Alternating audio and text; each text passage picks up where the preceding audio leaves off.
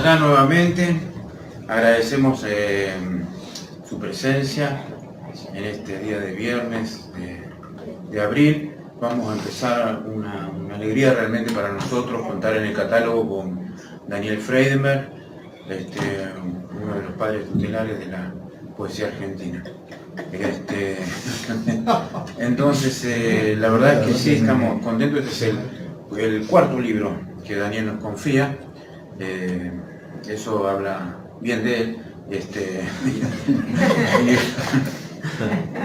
Así que estamos contentos con este material que nosotros recibimos después de otra gran alegría para los lectores de Daniel, que fue la publicación de su poesía reunida en el otro continente, en España, y que implica también para los lectores atentos, creo yo, la posibilidad de acceder a una obra consolidada.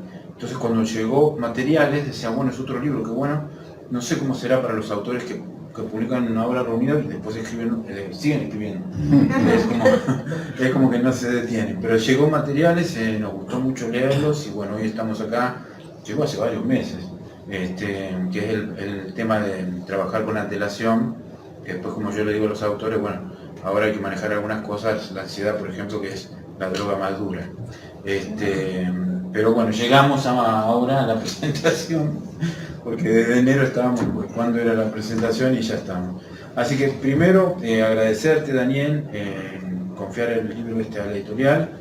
Y segundo, ¿cómo fue esto de Materiales? ¿Cómo surgió después de aquella alegría enorme también de ver todo en un solo volumen, tantos años de escritura, verdad? ¿Se oye? Sí. Yo no me acuerdo si lo empecé a escribir antes de tener creo que no tenía todavía armado el libro con la poesía reunida. A propósito, paréntesis, nota al margen, es que no consigo importarlo, porque lo que habría que se lo haría acá en Argentina. Pero no consigo, el importador dice que no le conviene como negocio. Bueno, ¿No lo publican ni a Borges? No, tampoco. Bueno, a ver, digo, el título es no es previo. Quiero decir, no armé el libro pensando en el título, pero sí, hacía años que tenía muchas ganas de publicar un libro que se llamaba Materiales. Así que aproveché y junté las dos cosas, ¿no? Después de haber armado este libro, y además se presta, me parece, a recibir ese título. Y eso tiene que ver con una atracción que tiene para mí muy fuerte en la literatura, en el cine, en la plástica, la presencia, la representación o la presentación de lo material, que pensándolo mucho, bueno, creo que es como un contrapeso que necesito para... Porque yo soy un tipo muy espiritual, digamos, o muy intelectual. No estoy siempre encerrado pensando en abstracciones, todas esas cosas. Entonces, y cuando veo lo material es como eso que me falta y que necesito. Entonces, en varios de mis libros ustedes habrán visto que hay como una pelea con la palabra alma, que aparece porque tiene mucho que ver conmigo, la preocupación por el alma, que no existe además, o por lo menos no existe tal como se lo entiende habitualmente, pero como presencia en mi vida es muy importante. Y bueno, como salir de eso y entrar al mundo concreto, donde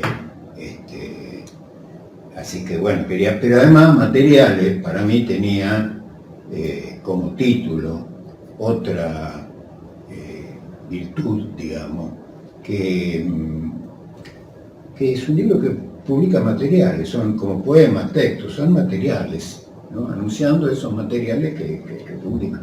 Me gustan ciertos títulos, digamos que modestos,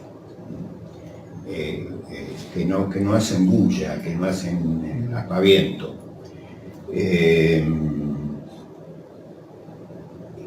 Todo empezó porque el primer poema del libro es un poema muy viejo, hace muchos años.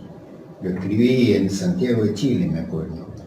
Y en un momento, bueno, no voy a hablar, a decir cuál era ese momento, qué sé yo, pero incluso ni sabía si iba a ser un poema o no, como que anotando algunas cosas,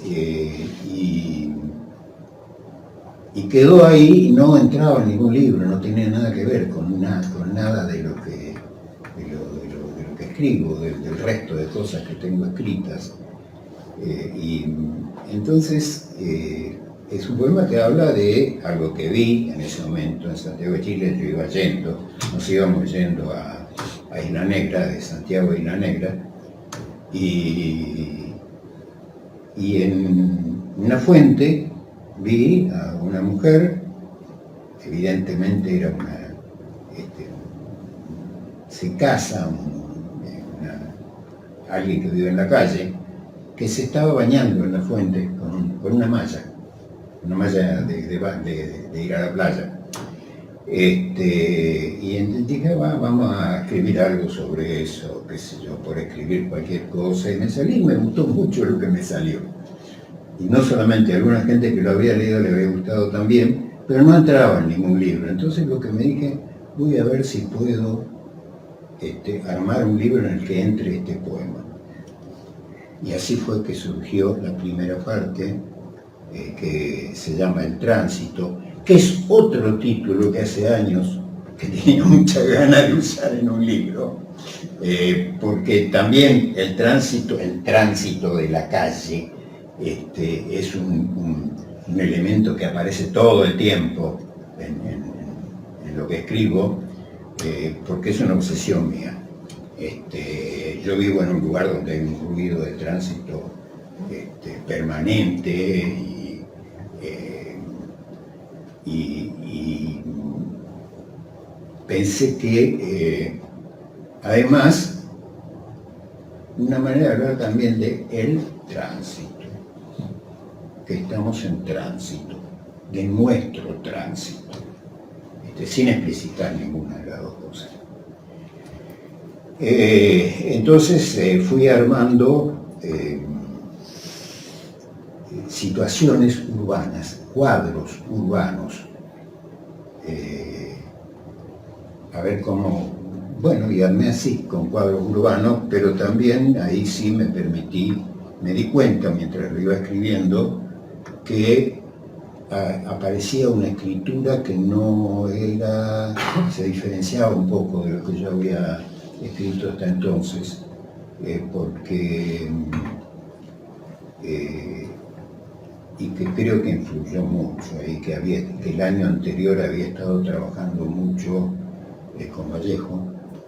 No quiero, por favor, no compararme, quiero decir, eso de haber estado trabajando tanto con Vallejo me dio la sensación de que yo todavía no había probado ciertas posibilidades de jugar con el lenguaje, que me reprimía en eso, y a ver cómo me permito ahora ser menos estricto. No digo escribir mal, no digo no exigirme, sino estricto en otro sentido, en cuanto a qué recursos puedo apelar. Y entonces, bueno, esa es la primera parte. Voy a hablar primero, después de la tercera, y después paso a la segunda. La tercera son poemas breves que en realidad estaba esperando también la oportunidad de ponerlos en un libro, que fui escribiendo, ni sé si son poemas además. Sí, yo creo que son, pero se podría discutir eso. Que fui durante años escribiendo, quedaron algunos nada más.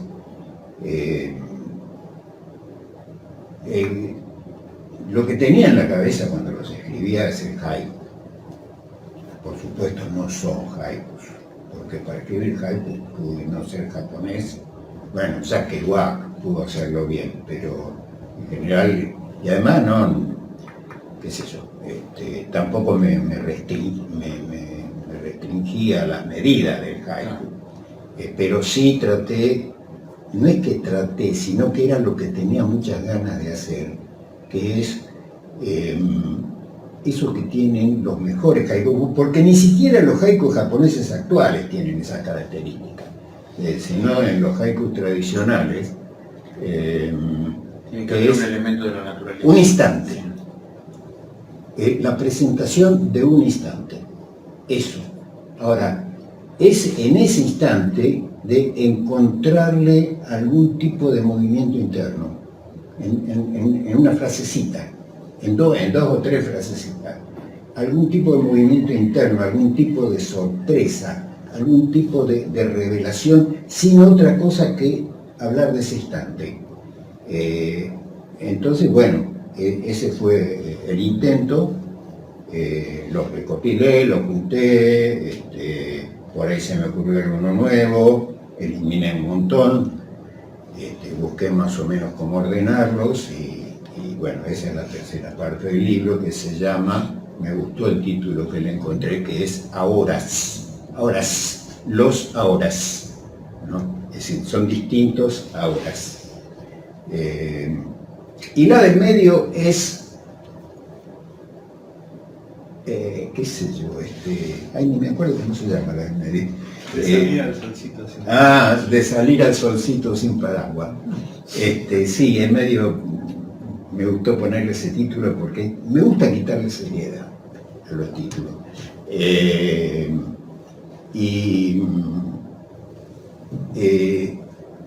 Había empezado a escribir un poema que era se hace tal cosa, se hace tal cosa, se hace, como hablando de las cosas que hacemos los humanos, pero de una manera totalmente impersonal, ¿no?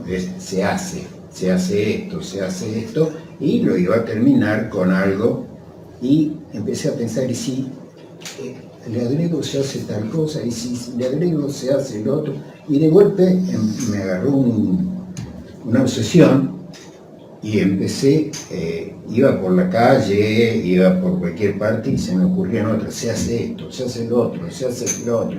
O sea, cosas que hacemos los humanos, ¿no? Es decir, como un registro de cosas que hacemos los humanos. Y salió un texto larguísimo compuesto nada más que de se hace, hasta el final.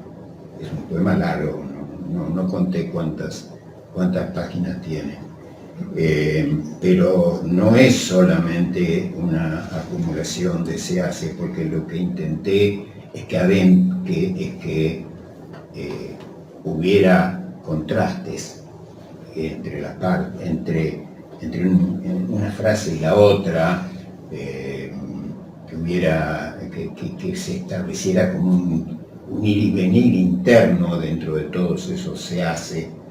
Y bueno, creo que es la parte más experimental, digamos, del libro, ¿no? La que, digamos, más me gusta es la primera. Bueno, Lucas, quería retomar lo que dijiste de Vallejo, porque yo recuerdo cuando con Alberto leíamos el manuscrito, charlamos y decíamos, Daniel escribió Sutrilce, ya lo hemos comentado en su momento, y qué bueno que vos lo hayas traído acá. Y preguntarte también, y tomando esto, si te querés extender un poquito más con lo de Vallejo, preguntarte qué cualidades que vos apreciás en otros poetas tratás vos mismo de cultivar. Ah, caramba, primera vez que tengo que pensar eso.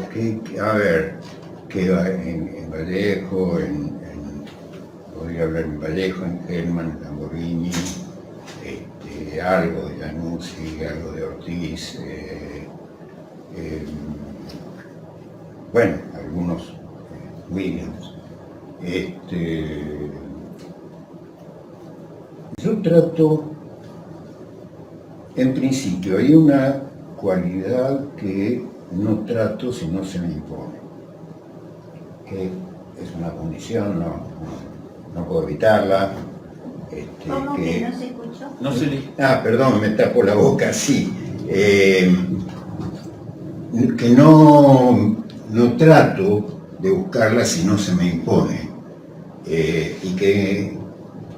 Y que justamente creo que en la poesía de los últimos años que se está escribiendo falta mucho, está ausente. Es el ritmo,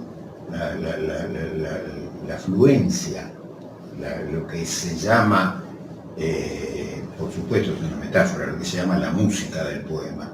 Para mí es fundamental. No puedo evitarlo, necesito que se ajuste que entre lo que estoy escribiendo en cierta música que tengo en la cabeza cuando voy escribiendo. Es decir, no puedo hacerlo de otra manera, aunque quisiera. A veces los envidio a los que escriben cosas así directamente, como si fuera prosa, porque digo, bueno, se pueden dar el lujo de decir las cosas más directamente, qué sé yo. Yo no puedo, a veces, qué sé yo, tengo que buscar un sustituto de una palabra porque no entra. Y a veces es mejor el sustituto que la que se me había ocurrido a mí. A veces no. Y bueno, esa es la condición. Eso está, es así. Para mí no. Después, lo que tengo de Gelman, de Vallejo, qué sé yo, de todos los poetas que admiro, es, espérate que se me hizo una laguna, algo que dijo nuestro amigo Eduardo Espina una vez, y que me gusta mucho, que dice, la poesía no puede ser previsible. O sea, no ir a lo que sí, bueno, esto, sobre todo en la elección del vocabulario, en la construcción de la frase, creo que hay algo de barroco en eso. No digo que soy barroco, que no sé, pero justamente lo que hace, lleva al colmo Góngora, es sacar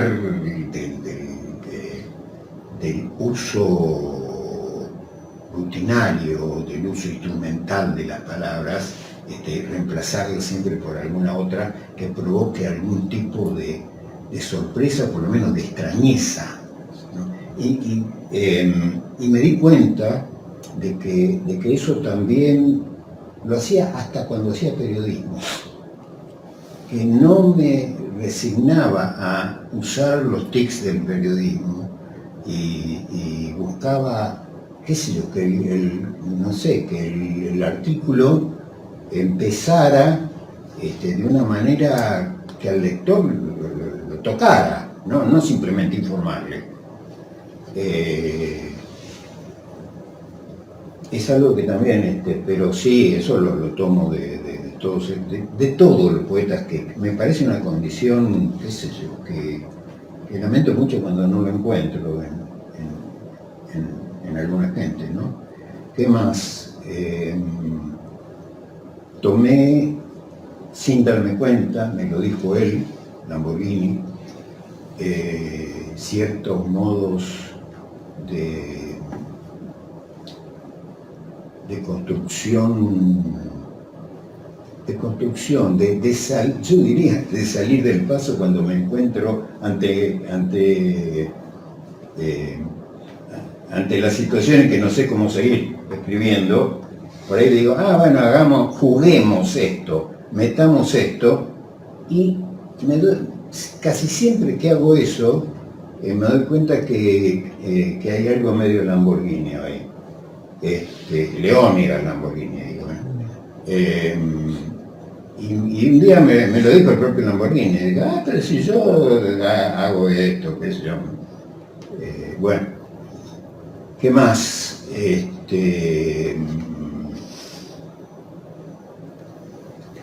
Por ahí hay cierto espíritu janusiano en cuanto a la mirada crítica del mundo, una mirada crítica hacia el mundo y demitificadora hacia el mundo y hacia el que escribe. Pero podría hablar, no sé, de un montón, qué sé yo, por ejemplo, poetas que admiro inmensamente, como Montale, que para mí estás cerca de Dios, a propósito, le encontré algo cercano al último Montale, los poemas de esta mujer, al último Montale,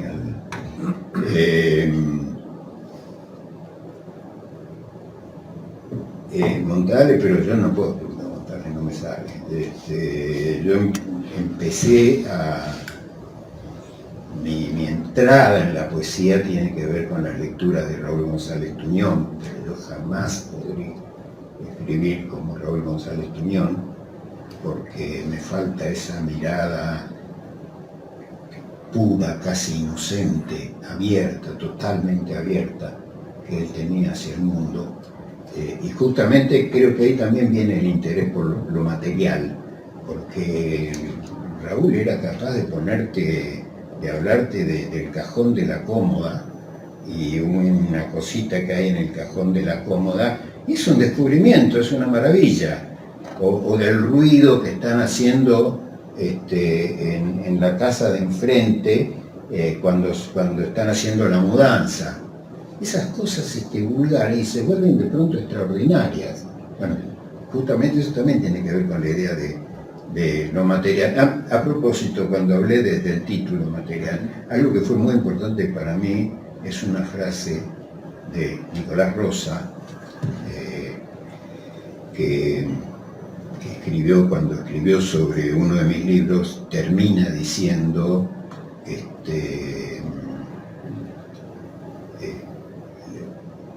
lo propio de la materia es resistir. Y eso lo puse como epígrafe de la poesía reunida. Me pareció maravilloso eso. Lo propio de la materia es resistir. Pero bueno, vuelvo. Y Hellman, pero de Hellman no puedo decir nada porque estoy impregnado de Hellman por todos lados y lo dije muchas veces, lo voy a decir, pero Susana, cuando muchas veces estamos leyendo a Hellman, dice, mira cómo te imita. Kafka es su precursor. Sí. Y leyendo a Hellman era, Vallejo imita a Hellman. Sí, es una, me gusta estar en esa genealogía. No busco escribir como Hellman, me sale, porque con Hellman fue que encontré de alguna manera mi escritura. Yo venía bastante sin saber por dónde agarrar y de golpe que Hellman lo toma de Vallejo, esa soltura, esa especie de desfachatez en el uso de las palabras que tiene Hellman, que es una desfachatez completamente elaborada, por supuesto. A mí me sirvió mucho. Creo que Hellman es me parece, el primero que logra poner en la poesía argentina, o en la poesía, nuestra manera el tono de nuestra manera de hablar en el Río de la Plata. Me parece que es el primero que logra hacerlo. Y a mí eso me sirvió mucho. Germán está todo el tiempo. Y después, bueno, tendría que pensar. ¡Ay! ¿Me queda algo?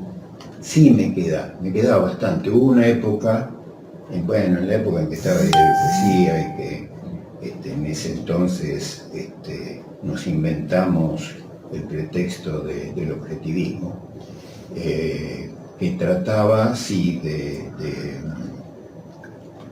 de presentar cosas objetivas,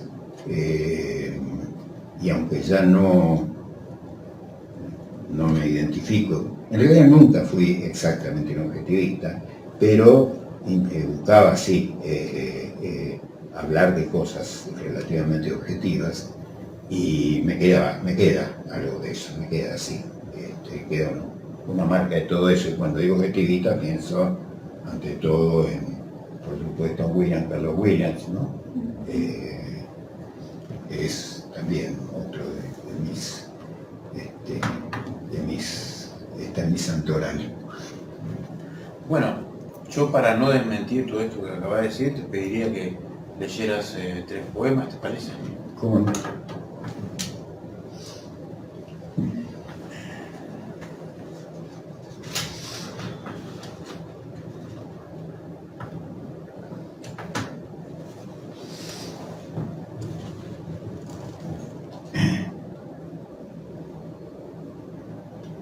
Se mueven.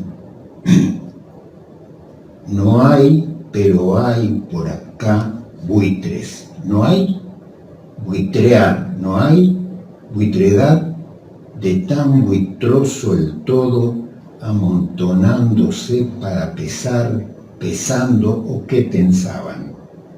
Buitreadas de acá al horizonte, buitreces, sarna del intercambio desigual, su olor, su encanto, entre la oferta y la demanda, buitrefactas, cada una como corresponde en su sitio.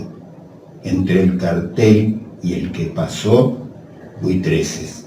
Entre ese que pasó y su sombra, entre la sombra y la pared, cosa que se alza con ese nombre, pared, entre el destino que a la pared le espera, y el que pasó, y el que a su paso lo miró obtuso, y los nombres, las coberturas, los permisos, los dale, los por acá, los todo tranquilo y demás, lo que hay al fondo o adelante, no importa, mueve sus tiernas o gastadas celulitas, autorizado o no al moverlas, ¿y qué hay? ¿Y qué hay después de todo? Se mueven.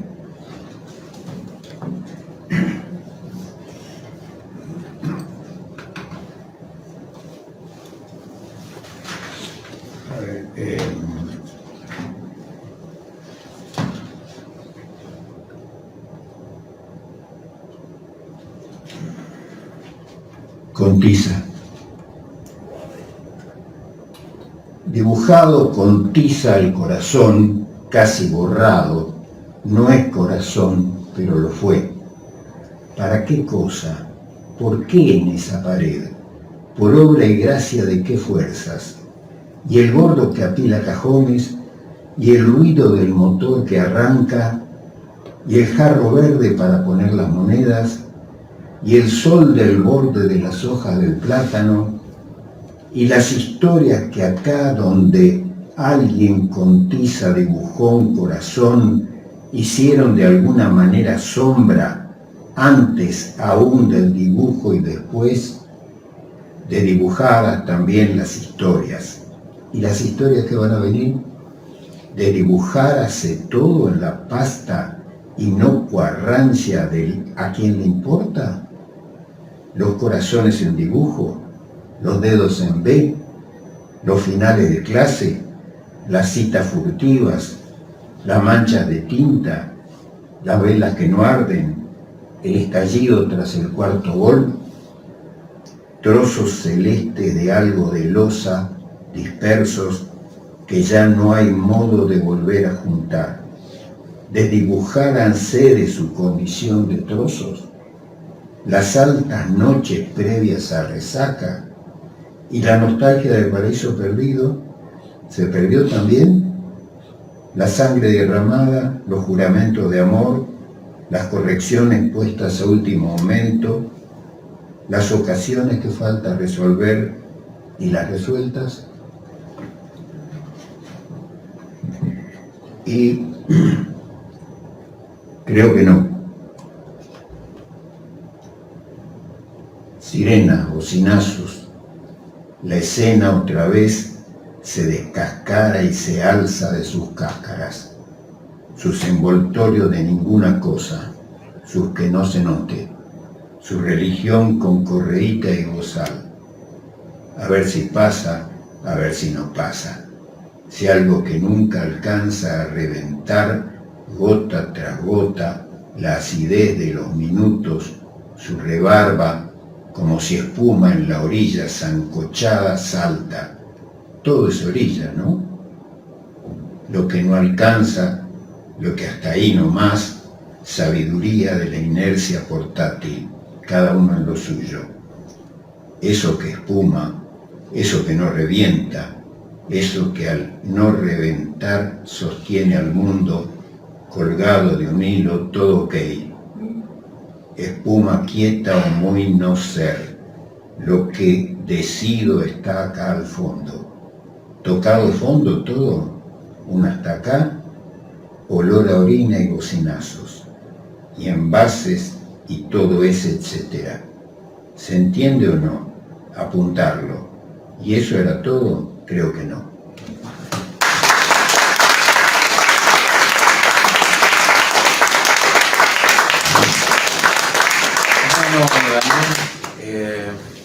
Leyó solamente 3 buenos poemas, y hay otros mejores incluso, en el volumen.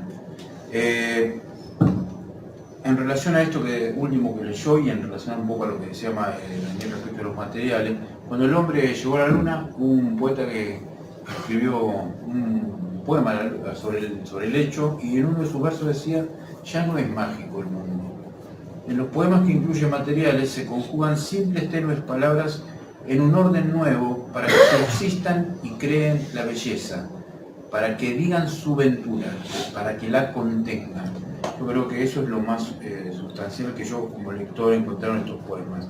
Valerse de esos aspectos que son mundanos en un punto, que son fácilmente olvidables, o que simplemente transcurren, necesarios o innecesarios, pero él ha logrado capturarlos y ponerlos acá dentro de 2 tapas. Así que creo que es un libro que, bueno, ya se incorporará a la obra, segunda versión de la obra reunida de Daniel, pero que es un gran libro para los lectores que están atentos y que estamos contentos de presentar en esta noche.